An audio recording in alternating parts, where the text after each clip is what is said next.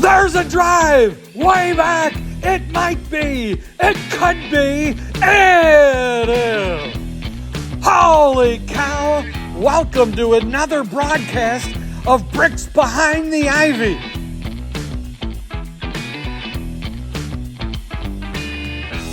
Hey, Cub fans! Welcome to another episode of Bricks Behind the Ivy. I am your hostess, the mostest, Jeff Candid Cubs Rogowskis, and joining me today from the Brewer blogs on Twitter and from Brewer Fanatic, the sister site of Northside Baseball, Mr.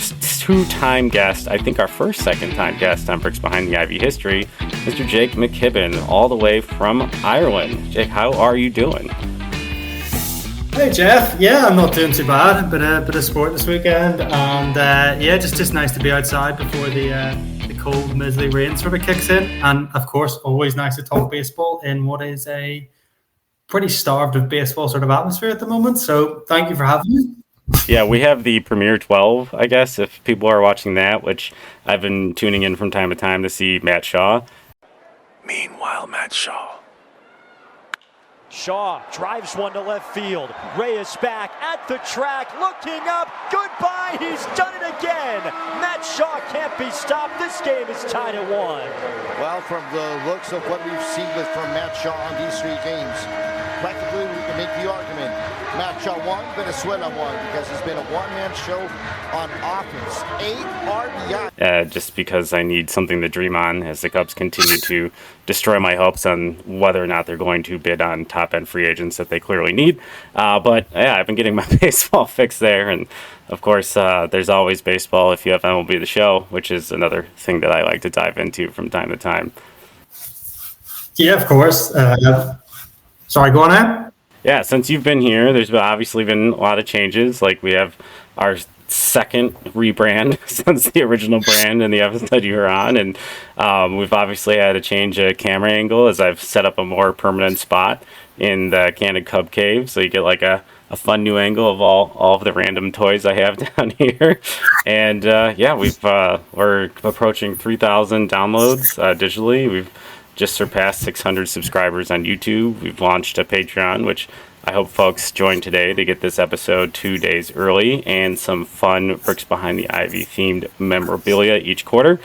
But yeah, what's been going on with you? It's the sheer volume of stuff that you have behind you, Jeff. Like, honest to goodness, there's a man cave, and then they're like, you almost need like a bear cave and a cub cave. Like, it's almost like you've got them both. Look at all that. What is Draco Dorian? Like, this is incredible. Get those wonderful toys. I just said on my last episode, a lot of people like dream about what they're going to do like for a living, what they want to do with their lives. And ever since I've been collecting Cubs stuff, I've been dreaming about having a Wrigley themed space in my future house. So this is a dream manifested thanks to the approval of Mrs. Candid Cubs. And it's all my fandoms. Big Star Wars guy. Love Harry Potter. Like, really got into the Marvel movies and play a lot of video games. And then a majority of the stuff down here is Cubs. And yeah, this is 30 years of collecting in one spot. I mean, I feel you in the Harry Potter at least, but like, first time I've ever confessed this out loud, but I did in fact read Harry Potter fan fiction at one point. So I'm with you in that fandom. Absolutely. You're in a safe Everything place. else. So, before I talk about Harry Potter and all the characters and stuff I love for the rest of this podcast, let's shift to, you obviously have the perspective of a Brewers fan. You watch the Brewers like people who listen to this podcast and myself watch the Cubs. And, I think we kind of stated in the last time you were here that I have felt like the Brewers have just had the Cubs number for just an alarming number of years now. A really just well set up infrastructure. Their minor league system seems to produce a lot of talent, and they did not miss a beat losing Craig Counsell, which I think a lot of Cubs fans had this idea that when Craig Counsell shifted allegiances, that we would have this new Brewers-like system with more money, and now we're just kind of we're still chasing the Brewers by several games, and it's starting to feel further and further away as their young talent is now kind of locked up, and they're leaning away from that challenging contract of Christian Yelich. Yeah, I mean, I have a slightly different view in Yelich's contract than most, but that's just because I'm an optimist, I would have to say. But no, look, I think part of that as well is that there was sort of a theory Craig Counsell should have won Manager of the Year probably several times with the Brewers, but always someone who was, and it's always pre your expectations, who beat those by the most. Oh, your manager gets it, but it's always a team effort. I mean, although he's the face of it. One of the things I think the Brewers have a fantastic setup of is the team behind. And the likes of Chris Hook, I think, might be the best pitching coach in the league. You hear the stuff the players are talking about him. And luckily at Brewer Fanatic, we have Jack Stern on the inside getting all these sort of interviews with the players, and the way they speak of him and how he works is just incredible on the pitching side. We had Walker McKinnon, who's just been poached by the White Sox. So that might be a considerable loss, because he was a big part in sort of the catching development side of things, and the game planning this year was a sort of step up. But amongst that whole sort of cohort of like game planning and just the little minute 0.5% here and there was really where they separated. And there was definitely that concern coming into the year that the Brewers would have lost that, like a real concern. Pat Murphy had a brief sort of sojourn in the role with San Diego, and the reports of him being very sort of old school in a way. But he actually talks. It's odd how it sort of switched around from him being a coach of Craig Counsell in high school, and he turned around and he's like, actually, I learned so much from that guy when I was his bench coach. And certainly strategically, there were times when you sort of question some of his decisions. Early on in the year, he sort of set out the mantra of, it's win today, which sounds just another cliche. Managers throw it out all the time. But he set out his stall really early. And it's fascinating to look back on this now, because I was wondering, it looked like he was overusing his bullpen early. William Contreras played the first 65 games of the year, no days off as a catcher, and some of these things may have impacted them down the road. But he basically reinforced, no, I'm here to win today. I actually don't. I'll manage tomorrow. I'll worry about that then. But if we're in the chance of winning today, I'm throwing my best pieces out. I don't care what the situation is, whether it's 10th inning and we're up first. I don't care. Like, we're going all in, and that definitely permeated the club in a way that it really had everybody battling. And I don't like to use that lightly, because again, it's another one of those colloquialisms that people just throw around. But you could see it in the likes of, especially with a young team. You feel like with a young team, a manager has the real sort of scope to mold them in terms of, here's what the big leagues is, and here's why it's different to everything you've had before. And your players who weren't maybe the most attractive maybe to watch in some ways, like the Sal Freliks, Bryce Terang, even Joey Ortiz. And there's like defensively brilliant, and they never switched off. Everything was, I'm battling for every inch and scrap that I can get here. And I think that was one of the things that played a big part in the Brewers' success this year. Even though there definitely were tactical sort of maybe errors or blunders, or maybe that's just from my perspective. Obviously, everybody looks at it differently, but, pinch hit situations. He loved Elvis Peguero for a while as his fireman when people were on base, despite Elvis Peguero conceding runs at an alarming. He had a habit of walking the first hitter nearly every time he came in. So you bring him in a bases loaded situation, and then he walks a batter in, and you're like, was that the smart decision there? But little things like that, where you sort of see like strategically, you're like, what is going on? But because of how good he was in terms of the squad and the unity within the squad and the leaders they already have there, that definitely was a main reason the success this year, because it certainly wasn't big name players. It definitely wasn't that.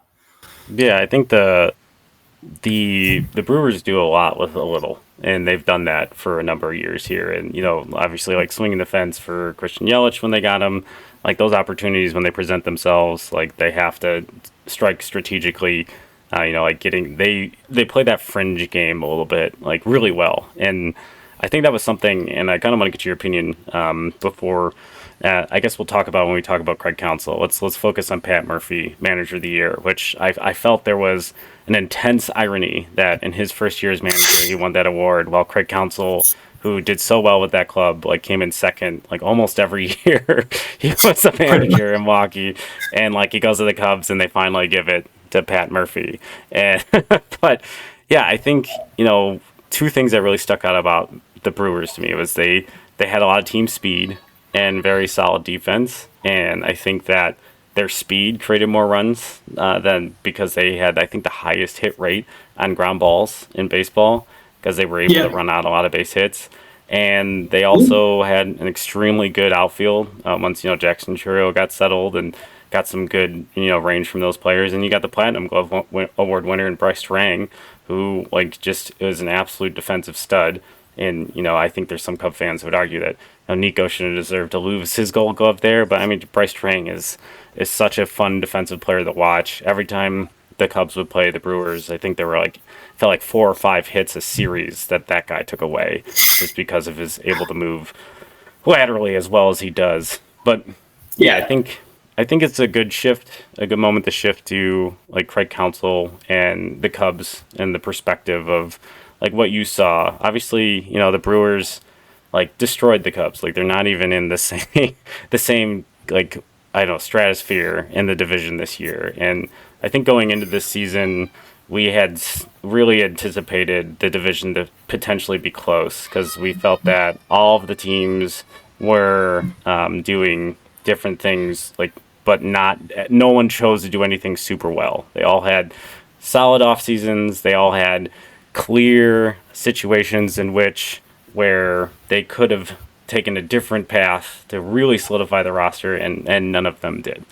And the Brewers had to do what they do best, and they got rid of Woodruff, they got rid of Burns, and I really thought they would drop off, and they didn't, and they suffered all those injuries with pitching and just didn't fall off, didn't miss a beat, didn't have Devin Williams for a good chunk of the year, and still didn't miss a beat. It's just unbelievable from my perspective, just the next man up philosophy and how good they are at that. But for the Cubs, at the end of the year, and I'll probably add that clip right here, take a break for it to be added. To get better, man. The team we're chasing is 10 games ahead of us. You got to get better, and we should try to be building 90-win teams here. I mean, that's what you have to do to that's a playoff standard. I mean, that's what you got to get to be safely in the playoffs, right? And safely in the tournament. So that the Brewers were just well ahead of the Cubs in every way. And he had cited the games, the distance between them and the Brewers, and just how he felt the teams played. But yeah, at the end of the day, as a Brewers fan, did you feel that the Cubs were a class below where the Brewers are? Or do you feel that the Cubs are closer to the Brewers than Cub fans may think? What's your perspective? Oh God, no. Sorry, Dev, I didn't feel that actually for most of the year. Well, I guess I would take it two ways. So in the direct matchups, it definitely didn't feel like that. It felt like, all the games were coming down. They were real sort of nail-biting affairs where it seemed like one team would maybe get a bit of a blowout, the other one would, and then the remaining game would always be a one-run affair in a 12th inning. And it seemed like there was a streak with the Cubs starting pitching was some ridiculous inning stretch of just not conceding a run. Against it's to start the season where you're looking at it and you're like, how on earth have the Brewers won 3 out of the 5 games so far? It was bonkers. I think in general, though, looking at the Cubs, I've actually found it kind of tough to analyze in some ways because of the effects that the change and almost the effects of Wrigley seem to have this year. The wind was blowing in a lot, which meant that actually pitchers like Imanaga probably looked slightly better than they actually were performing. There's a lot of fly balls just stopping short. And then the knock-on effect is also, in terms of hitting, the likes of, Cody Bellinger and Nico and people like that who rely very much on that pull side power. Maybe not Cody so much, actually it was more right-handers of the pull side, wasn't it? Where it was really blowing in. And the ball just died. And I think that made it sort of really tough to analyze in some ways. I do think there's a solid group of hitters, and maybe there was, one thing that always kills an offense is a black hole. And that was maybe where even the likes of Christopher Morel for Paredes might help quite a bit next year because it's not a black hole. You don't probably want them hitting third in your lineup, but if you have that guy hitting 6th or 7th, that really sort of lengthens you out a wee bit. And then if you have another prospect coming through, you're at least getting competent at-bats, where there were times last year where you just got 3 straight hitters and you're like, what's the point of them even being there at times? And then pitching-wise, I think the other thing was Justin Steele was out for a lot of last year. And sometimes I feel, I see some of Cubs Twitter because obviously I follow you guys. I'm really sort of like the stuff. I do tune into the odd episode every now and then. Bit of a guilty pleasure, but from the dark side. But I do find that there's a lack of a connection with Justin Steele sometimes. Where I look at him and I look how he performs against the Brewers, and I'm like, that guy's an ace. Like, he has 3 pitches that basically, he has the 4-seam cutter and the slider / sweeper. Is it just cutter, slider, sweeper? By the way, does each one move slightly further away? And you can't time him up. Like, he's when he's not just coming off the IL, and you should excuse anybody for the first 2-3 starts or for a long-term absence. Like, he was unbelievable. And I think having a bona fide ace to start next season, fingers crossed if he can stay healthy, is going to be a big, big boost for you guys. But I certainly don't feel like it's miles apart. I do think there's room. The Brewers probably slightly overperformed this year, and we certainly got, we have full season of Jackson Churio coming through next year, which is going to be, brilliant to see.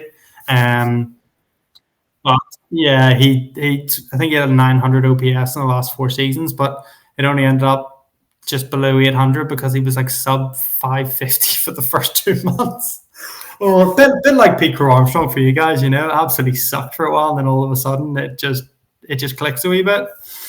But I think there's definitely excitement to have around the Cubs, certainly with players like that and young players coming through. You see Shaw in the Premier 12 is certainly an exciting talent, and maybe he won't be there to start next season, but you'd maybe hope by sort of June time you have that second base, third base option, and then maybe gives you the tradable asset to get who you need maybe at the deadline with the likes of Nico or Paredes if you do choose to move him for arbitration sort of stuff. Because obviously he's going to get more expensive as the years go in. So I certainly wouldn't be too down, though. You do feel like there's an injection of one thing you would say about the Brewers that they do have really well, and Christian Yelich has been a big part of this, is that clubhouse culture. People come in and they just feel like relaxed. There's that energy of we're here, we work, this is how we do things, and people don't come in and challenge it. They come in and they join it, and they generally perform better as a result. There's a real cohesion there, and part of that comes from like the energy and excitement that the players have about coming to the ballpark. And I'm sure, look, I mean this in degrees, because I'm guessing the majority of players turn up and they're excited about, the career they have. But sometimes after a while, it sort of becomes more normalized in some ways. But you see players like a Sal Frelick, who again isn't that amazing, but that man would run through 5 brick walls to have a 10% chance of making a catch. Like, no fear. And Pete Crow Armstrong, I could see sort of from the Cubs Twitter, like the excitement that he sort of generated with how he moved the stolen bases. And it didn't even matter if he hit consistently. He had enough pop to sort of carry himself. And when he was on base, you felt the hairs in the back of your neck go. And I feel like even much as Juan Soto makes a massive difference, selling out for one big player can be hit or miss at times as well, though he's probably the safest bet you can have in a long-term contract. But even if you can get somebody in who just has that little bit of electricity and is like that clubhouse presence to add to, maybe Bellinger's not quite the same leader as you think, or it just needs that old experienced head who says, no, this is how we play ball. Like, let's go have some fun, and this is how we're going to do it, and drags the clubhouse together a little bit. I feel like someone like that, and all of a sudden you'll see all the close losses, the bullpen blow-ups, and there was like a 2-month span where just the clubhouse just got away, and it wasn't the bullpen underperformed, but it's not just on that. It was like the whole clubhouse just was like, where's our next win coming from? Because the Brewers they never lost 4 games in a row all year. And that's sort of the difference of whatever's happened yesterday. I'm competing and I'm going hard today. And I feel like just one clubhouse presence and you'll see how it lifts everybody else up. And I think that'll translate to 3, 4, 5 wins even probably towards the end of the year. Yeah, it's tough. Like, you look at the Cubs, and like, not to beat this ad nauseum like we have in post hoc of 2024, like they had 30 blown saves, and you convert 6 of those, and we're having a completely different conversation. They're at minimum a wild card team, which was, the goal was just to get back in the tournament, because once you get in, you never know what's going to happen. Baseball's weird. The short series and short-ish division series, and I think I feel like the Cubs' strength going into next year really could be rotation depth.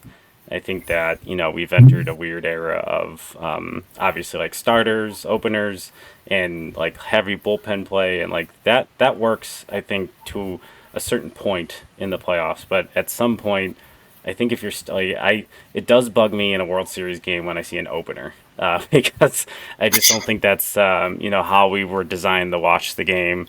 And I understand with certain hitters and stuff, limiting the number of times they're going to see a certain guy and things like that. I know the statistics are there, but being able to have 4 horses, and you don't really need to lean on your weapons every night because your horses are able to put 6-7 innings together. Yes. I feel like there's a huge advantage of bullpen management of being able to throw guys out that often. So we saw that this year. We saw how there was a stat that went out that when especially the 7-game series, once a member of the bullpen had appeared a third time in that series, they got absolutely crushed.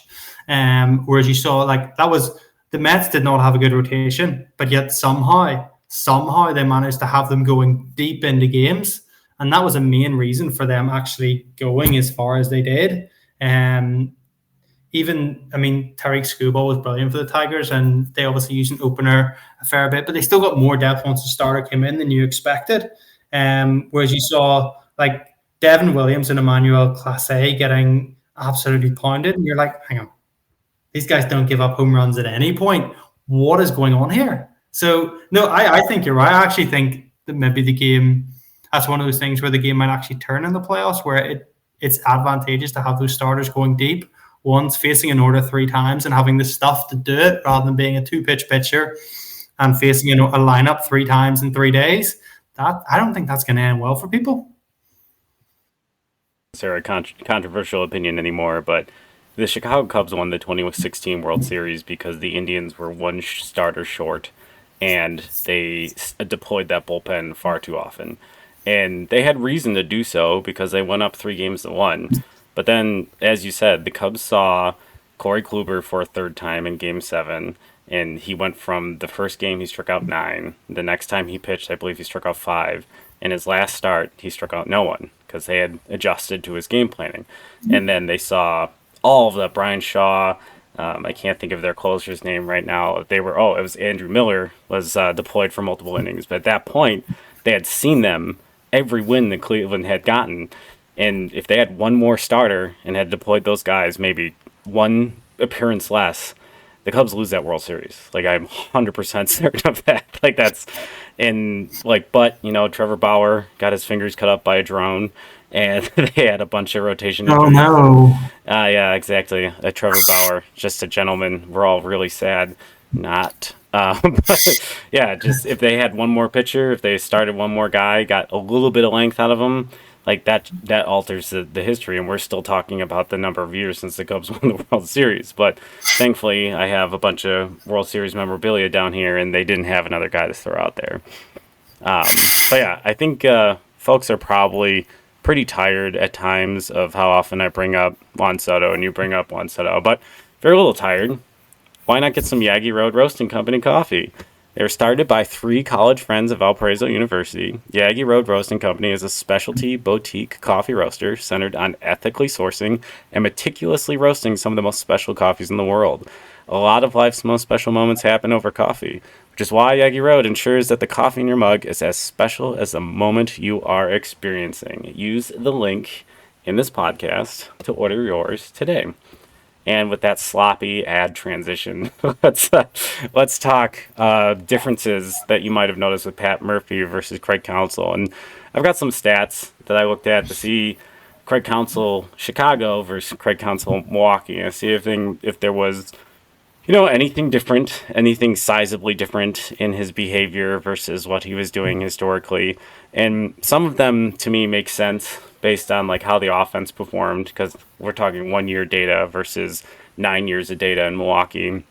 Craig Counsell stole second at a 7% higher rate than he had when he was in Milwaukee, in average. So he's at 9.7% steal rate for second this year versus 8% historically in Milwaukee. His sack bunt rate was the highest of his career since his first year as a manager at 1.1%, which based towards the end of the or parts of the year when the bottom of the lineup was doing nothing and they were trying to get more runs across because the Cubs at times struggled to score runs. That did not surprise me either that he was bunting more than he ever has. Intentional walks still doesn't really do it. He had only 7. He only had 209 in 9 years at Milwaukee, so around the same pace. Nothing too egregious. Early in his career, he intentionally walked people a lot, and then he just kind of stopped doing it in 2020.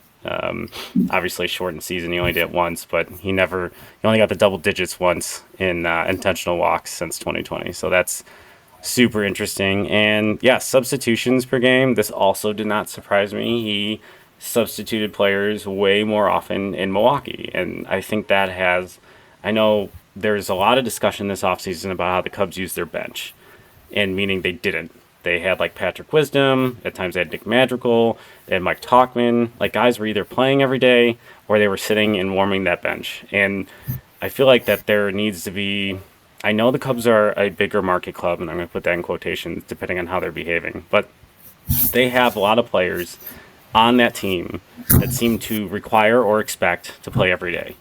And I think like in the marathon of a season, they really need to change that narrative and have some more flexibility, which is why I think maybe like we're hearing some of the trade rumors even after he accepted like Cody Bellinger. I think they're trying to get like some of these kids like mixed into the fold, like Matt Shaw, maybe Kevin Alcantara, Owen Casey, or maybe we're still going to trade them still very early in the offseason. But when you have a bench player that's playing maybe once every 2 weeks, which felt like what was going on with Counsell, like they're not coming in super fresh. They're not very valuable. You're wasting several spots on your major league roster if you're not using those guys in some sort of capacity. But like Dansby Swanson is one of those guys who, like, unless his arm is falling off, and even then he's not coming off the field. Nico Horner's defensive value at second base is too high. Also, he played with like a absolutely destroyed wrist most of the season. He had to get surgery. Michael Busch, he didn't really have any other options at first base. You're not sitting Seiya or Ian Happ if they're healthy. Cody Bellinger's going to get in that mix. And really a catcher, the only reasonable option they had was Miguel Amaya. So that left third base as the option to mix guys in. Or like Milwaukee's entire roster is designed on matchups and all these things because they have to hit those margins because they're not a big market club. Like maybe they have like Joey Ortiz playing versus lefties, but or a glove guy. Versus when they have one of their better or higher rate ground ball pitchers, they want the glove guy out there. Like I feel like Counsell probably was way more used to that ability of like being able to play matchups. And he inherited a roster that was like very stagnant. So I'm interested to see now that we're a year in, like if he has some influence, and we're going to see some, like Mike Tauchman just got DFA'd, Patrick Wisdom got DFA'd, Nick Madrigal got DFA'd. Like that was our entire bench. So clearly they've identified this as an issue, and hopefully we'll change things going forward. But yeah, are there anything like what I said that surprises you about Counsell's tendencies, and was there anything in Patrick Murphy's tendencies that seem more Counsell-ish, or like were there things that you think he did better or worse than Counsell? I mean, the stolen bases doesn't surprise me too much because just the larger bases in general, you're sort of seeing a lot more attempts sort of going through. Again, intentional walks, since I've been a fan, and I only started my baseball love probably in 2019 when I actually was in Milwaukee to see some cousins. So, since I've known him, I haven't really seen many intentional walks. So, again, not too much of a surprise. The use of the bench, I think it depends. It was sometimes a frustration of maybe your sort of casual fan in Milwaukee, how often he would change it. And I think it's one of those things that all depends on the results and also the quality of the bench. So like this year, for instance, under Murphy, Andrew Monasterio played probably once every 2 weeks. And even then it was just the occasional pinch hit. And it's because you're turning around saying, actually, you're not that great defensively. And he did struggle defensively when he was in, but he was happy in that role of just the occasional I'm here as cover sort of role. Wisdom surprised me a little bit because he was actually someone I was thinking Milwaukee might have actually targeted this summer, given or this off season, given there's still occasional struggles with lefties. And that dude, you can put him in a pinch hit against the lefty, and I'm thinking that would be the sort of situation where I'd be looking for someone like him to come in. Tauchman got hot for a wee bit. Nick Madrigal, you probably wouldn't want in under any circumstances, because no matter, even if Nico Horner has 2 broken wrists, he's probably still producing slightly more than Nick Madrigal. So no offense, Nick Madrigal, you are a far better athlete than I would ever be. Just at this level, you look at it and you look at the results. So I think it's probably more down to the quality of the bench. As you say, you can see them taking steps to address that. It's certainly something in Milwaukee he did a lot, where he almost had a lefty lineup and a righty lineup. The problem was that the right-handers he started against lefties had reverse platoon splits, so they actually only hit righties anyway. Hence, Milwaukee just couldn't hit left-handers. But no, I think it's probably situation-based, and he's very, Craig Counsell's.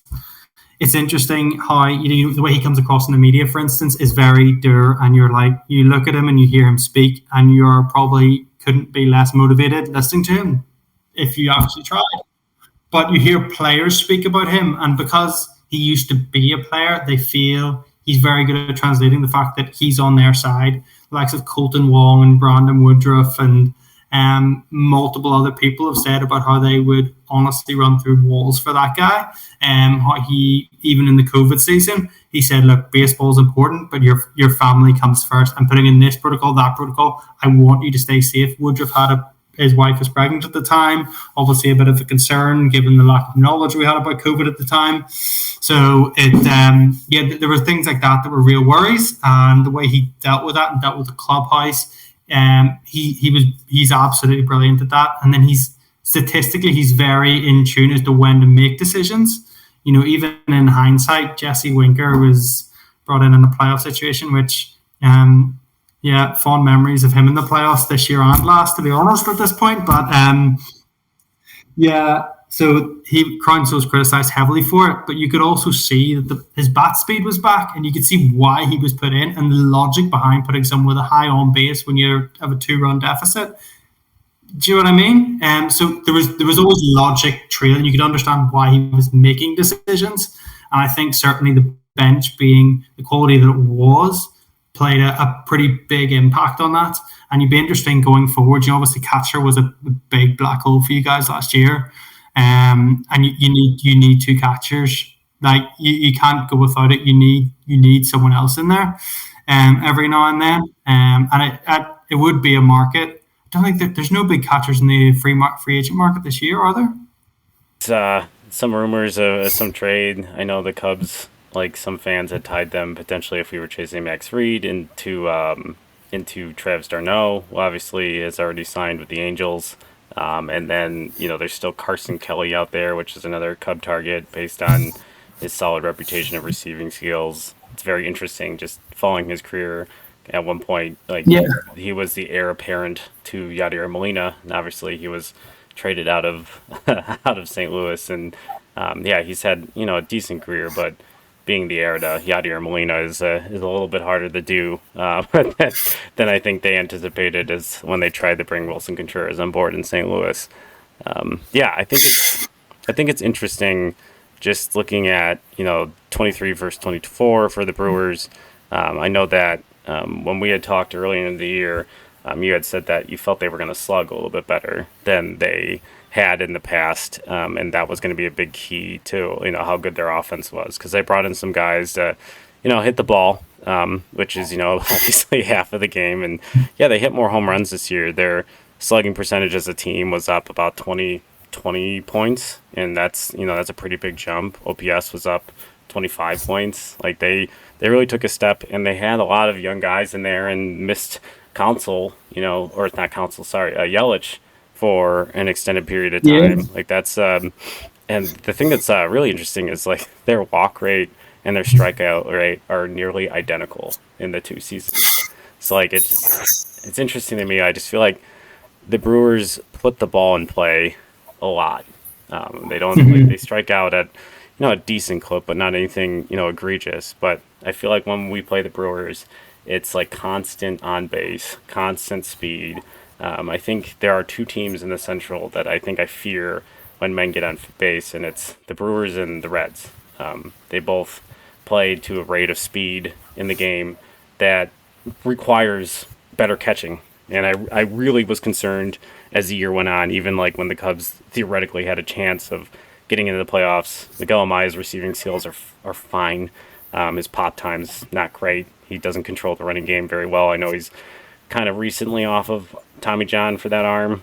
So maybe this offseason a program increases his ability to throw out base runners. But in this division, the Cubs need to find a defensive catcher that can control the run game, because you will not survive versus the Brewers or the Reds, especially now that, I have gained respect for Pat Murphy, not that I didn't have respect for him. And, Tito is back in Cincinnati, and he manages the game super well. So there's some pretty high power managers in this division, and with the Cardinals taking the step back, there's a real opportunity, for these three teams to really emerge as the top contenders, potentially based on certain moves for the Cubs. I think at this moment, I would say the Brewers and the Reds are better set up for the top of the division, because they have a little bit more of, I would say, the proven factor on their team, where the Cubs really need to kind of get out of whatever rut they're in, this back-to-back seasons of exactly 83 wins. And I think I do want to kind of go back to this point. I thought it was super interesting that you had mentioned that the Cubs need a vet for the clubhouse, and then your comment that I think a lot of Cub fans are going to relate to. He's not an interesting, riled up interviewer, Craig Counsell. He's very, stoic's not the word I want to use, but he's not instilling this confidence of having everybody behind his back. But like you said, the players very much like playing for him. And we talked to Cole Wright in an episode we just had. I'll drop a link in the video. Had mentioned that the players loved him, and he felt like it was a little overblown, about fans wanting Craig Counsell to go out there and get ejected, and he's having a steady Eddie or a consistent experience from a manager is super valuable for a lot of players. They prefer to know what they're getting and how they're going to get it. And I agree. I think the Craig Counsell's experience in the front office and his experience as a player and his experience as a manager probably helps him translate a lot of baseball concepts to players that might not be listening to the statistic guys or the nerds in the front office as often, because he's done it from all perspectives. He's going to be able to play, and all manager's job is really all about fostering communication, and I'm thinking that is his strength. But losing David Ross as a manager, I think you lose a little bit of that, that hard ass, I don't know, the mentality, because David Ross is a red ass guy. He was the entire time he played, no bullshit, nothing got by Rossi. Play the game the right way, play the game hard. Really, I thought he was a solid manager. I get seeing the opportunity of Craig Counsell and going and pouncing on that. I got it, but I didn't have any issues going into 2024. If Dave Rossi was still at the helm, I thought he had earned the opportunity, given he had finally gotten a team that was a little more competitive. But I think it's very interesting just hearing the perspective from the other side of town, and I think hopefully fans find this episode kind of comforting that our, I would say, direct rival at this point. I think this has turned into a pretty solid rivalry. Does not feel like we are leaps and bounds away from making the games interesting. And I didn't feel that way when they played head to head. It's just finding a few more wins and not collapsing in May for the third year in a row, and having to dig out of that hole in July is really going to make a huge difference. Completely. That's where it'll come down to. If you can mitigate those sort of losing months, so it's a losing month is 12 and 15 rather than 9 and 18, 9 and 19. There's such a difference there. And as you said, dragging yourself out of that as a player, you feel like you're out of it. There's that stuff around the trade deadline. Are we trading? Are we selling? What's going on here? And no, you're right on Counsell. You'd see Facebook underneath them with the Brewers, and they would be like, "Oh, Counsell does it again," stuff like that sort of going on. But the guy knows what he's doing. He's been in the front office, and he turns around, he makes his decisions based on not just what's good in that game, but how to get the most of his players out of the full season. He's very good at managing workloads, and he's very good at merging sort of everything in terms of decisions, and he's very honest with the players. And I think they very much respect that. So I certainly wouldn't be looking at him as weakness. He's definitely a strength. And maybe it's more, as I said, with the Brewers stuff, the background staff. And I think you poached Quentin Berry as and I actually wouldn't be surprised if Hobie Milner ends up in the Cubs or the Mets. We have a recent history of certain Brewers bullpen guys ending up either with Stearns or with Counsell of late. So if you get him, wouldn't be surprised either. So I think there's definite upsides, and I really don't think the Cubs, 83 wins, you're still a plus 500 team. You're looking for an edge here or there in a few games, and a bit more luck, and you're a 90 win team. I don't think it's as far off as you think, but you can't let losing become sort of the habit of, well, we're never actually competing. So it's definitely going to be a big season for the Cubs, and a big start is going to be really, really vital for them this year, I think. Agreed. And for Cubs fans of note, the Cubs were 10-18 in May in 2023 and in 2024. Both times that was the sinking month. 8 games under 500 in a month is really tough to recover from. And they proved that twice, that it was really tough to recover from. So really it's the early, they say that you can't lose a season in April. The Cubs have been losing seasons in May. So it's and Mayflowers bring bullpen mishaps and injuries for the Cubs. So hopefully they can mitigate that in 2025. So thank you so much for coming on. I really appreciate it. Obviously, we're going to have you back as things get settled. We'll do our NL Central preview roundtable again and talk about final moves, roster projections, and guessing where teams are going to be over-under-wise, record-wise. So we'll be in touch, obviously. Just to plug some stuff that you've been doing for Brewers Fanatic, anything you've got, in the pot that's coming out soon, or where people can find you on the different social media. So I'm over on Twitter as the Brewers blogs, and I'm on Blue Skies, just Jake.McKibbin. And yeah, I've got a couple of things I'm sort of thinking about right at the moment. We did if you were the GM for the day, and I got far too in depth and actually didn't go over the 20 decisions I'd make and went through three in quite a lot of depth. Looked at a couple of Dodgers prospects actually that I really quite liked, so really enjoyed that one, and debating it looking sort of around like you said, the bench sort of stuff for Milwaukee in the near future. So looking forward to that, and then a little bit of action. Don't worry, I've got my handy sort of deep diving really, and a few sort of pitching sort of standouts, what can turn around here and there. Just literally becoming a statistical nerd. So that's sort of the future for me. Yeah, I mean, I've been a statistical nerd my whole life, majored in math, and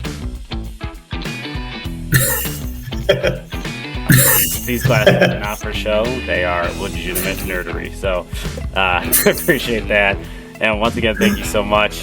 Just real quickly, want to plug Wrigleyville Sports, the most loyal and awesome sponsor in the history of the universe. Wrigleyville Sports is located adjacent to Wrigley Field, customizing jerseys in record time so that you can order them and wear them to the ball game. I'm sure they're going to have some of that Blackhawk stuff for the Winter Classic, so go check it out. Looking to save some money on those things? Use Bricks Behind the Ivy's code IVY10, that's IVY10 at checkout, and I'll give you 10% off of your card. So check that out today, and thank you, Wrigleyville Sports, for continuing to be a sponsor.